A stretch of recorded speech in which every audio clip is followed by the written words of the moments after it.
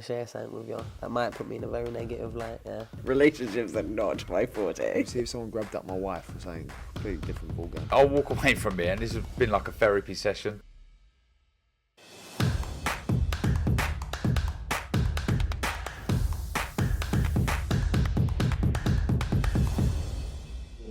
I don't look too much into the Canelo fight with Bivol. May I add, I missed that fight. I was in Vegas. I went to Wet Republic in the day. Thought I'd go for a power nap for a couple of hours. I woke up at 1 in the morning. I missed the fight. No, I wasn't hammered. I was tired. Yeah, I just feel what impressed me with that fight was how he dealt with the occasion, Bivol. He got his game plan off to a tee. He showed Canelo no respect and just got down to business and won the fight. So that's what impresses me. So he's ticked a lot of boxes for me, and I think that could be the difference Saturday. Eddie, if Bivol comes through this weekend against Ramirez, are we going to start talking about him as the pound for pound? Is he in that bracket? Yeah, I think he's already a pound for pound fighter. When you beat the pound for pound number one like he did against Canelo Alvarez, I think he's the best 175 pounder in the world. There's 2 fights for him. You know, Canelo Alvarez has just finished his surgery on his wrist. He'll be looking to fight again in May. He wants to avenge the defeat to Dimitri Bivol. Canelo wants that rematch, but Bivol wants to fight Beterbiev to see who's undisputed at 175, and that's a tremendous fight as well. Right, round 7. We had to mention it. Anthony Joshua versus Tyson Fury. We'll start with you, Darren. Will it ever happen? Then Eddie, you can tell us why will it happen? Yeah, do you know what? I think it will, because there's so much money that will be generated, and I think most of the time now, this day and age, and some people might disagree, it seems like what the public want, the public get. It might take longer than people hope for, but I just feel that fight's got to happen. I think it's up there with one of the biggest fights in world boxing. You know, for the boxing purists, there's Crawford, Spence. But I think AJ Fury, it's got to happen. It's got to happen. Eddie, you're more in the know than anybody else probably in the world. Why didn't it happen, and will it happen? Well, I'll leave off. Well, I knew we were going to get blamed, you know, but basically what happened is Anthony Joshua lost to Alexander Usyk. We all saw that mentally that was a very tough defeat for him. Tyson Fury does what Tyson Fury does, came out on Instagram, you know, stuck the bait out there for AJ, called him out, and AJ told me, I want to fight. You know, should he have accepted the fight? Maybe not at that moment, but ultimately he's the boss. And he wanted to fight Tyson Fury. We started negotiations with Queensbury. It actually went quite well. And then as things are going well, all of a sudden Tyson Fury pops up on Instagram and says we've got to sign a contract by the end of the day. You know, so he's a bit backwards and forward at the moment. I think people over the last couple of weeks have just seen maybe a different side to him, but he's very clever, Tyson Fury. I mean, this is the guy who, when he fought Deontay Wilder, said he's going to give his entire purse to the homeless. And I still get people coming up to me today saying, I love Tyson Fury because he gave all his money to the homeless. So, you know, did he not? Did he fuck? But the one thing I will say about Tyson Fury is the amount of times I've written him off. You know, when he went to fight Vladimir Klitschko in Germany, I thought he had absolutely no chance. And he won the fight.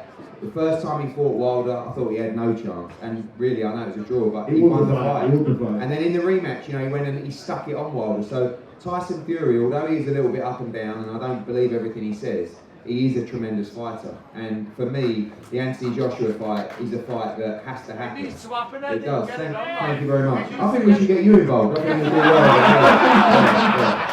I think, bring you into the meetings, it'll be fine.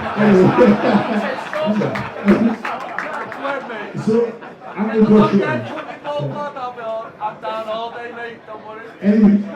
Anthony Joshua has fought adversity his whole life. Do you expect a big comeback in 2023 for a man you know so well?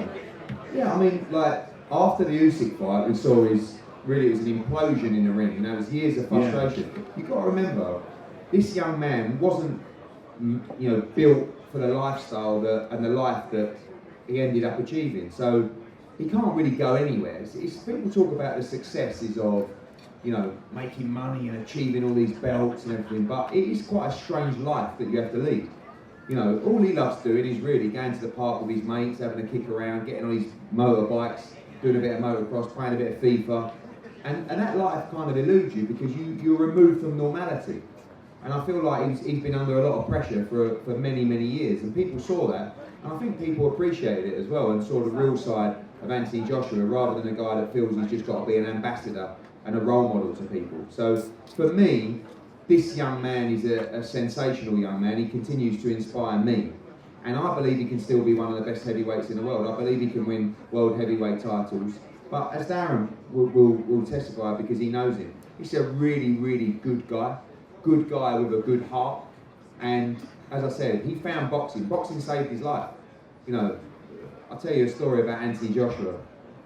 I was in the office one day, I received a letter, and it was from a local boxing club that said there's this heavyweight that's got himself in trouble and he has to appear in court. Will you go down to the court and give evidence and talk about what this young man with this kind of ability could achieve in boxing? And I thought, absolutely not. Don't even know the guy. And then when I went up to the GB team to Sheffield a couple of months later, I just saw this guy hitting this heavy bag, and I've never seen anything like it. He was taking it off the hinges. And I said to the coach, Rob McCracken, I said, who's that? And he went, that's Anthony Joshua. I think that's the next heavyweight world champion. And I thought, shit, that was the bloke in the letter.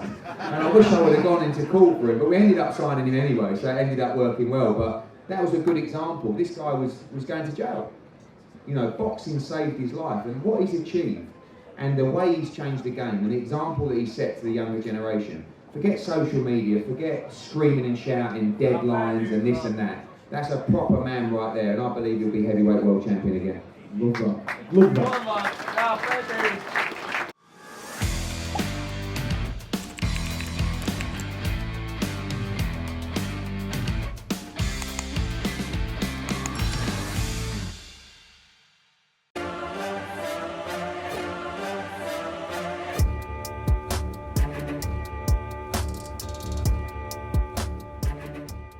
I'm going to share something with you that might put me in a very negative light, yeah. Relationships are not my forte. See if someone grabbed up my wife or something, completely different ballgame. I'll walk away from it, and this has been like a therapy session.